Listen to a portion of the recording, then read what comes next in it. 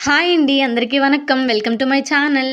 నేనైతే ఇక్కడ ఒక మంచి యూస్ఫుల్ వీడియో అయితే చేస్తున్నాననమాట. ఒక 2 కేజీ మటన్‌తో అయితే ఒడి తుణుకులు, లేకపోతే ఉపాన్సులు, లేకపోతే డ్రై మటన్ పీసెస్ ఇలా ఏదైనా అనొచ్చనమాట. ఇదైతే మెయిన్‌గా అయితే ఇప్పుడు నేను ప్రిపేర్ చేసేది బాలింతల కోసం అనమాట.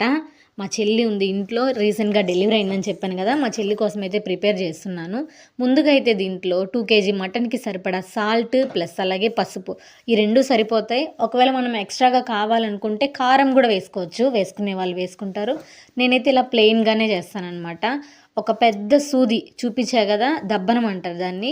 ఆ దబ్బనానికి దారం వచ్చేసి కుదుర్చుకొని ఒక్కొక్క పీసెస్‌గా దీంట్లోకి మొత్తం అయితే ఎక్కించుకోవాలి. పూలు ఏ విధంగా అయితే మనం ఎక్కించుకుంటామో అదే విధంగా కొంచెం చిన్న సైజుగా, మరీ చిన్నవి కాకుండా ఒక మీడియం సైజ్ పీసులైతే బాగా ఎండొచ్చినప్పుడు డ్రై అవ్వడానికి చాలా బాగా డ్రై అయిపోతాయనమాట. మనం పెద్ద పెద్ద ముక్కలు చేసేసుకుంటే అవి డ్రై అవ్వడానికి చాలా టైం పడుతుంది. అసలు ఇది వింటర్ కదా, ఇంకా చాలా కష్టం అనమాట.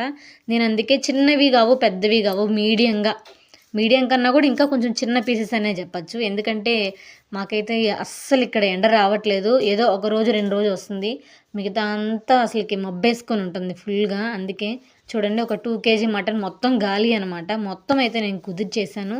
ఇక దీన్నైతే మనము ఒక మాలలాగా ఉంది చూడండి ఒకసారి. ఒక పెద్ద మాలలాగా దండలాగా వచ్చేసింది. దీన్నైతే మనం బయటికి తీసుకెళ్ళిపోయి ఇంకా ఏమంటారు దీన్ని, దండెం అంటాం మేమైతే. ఇలా 2 కర్రలకి మధ్యలో కట్టేసామంటే అటుపక్క ఇటుపక్క మంచిగా డ్రై అయిపోతాయి.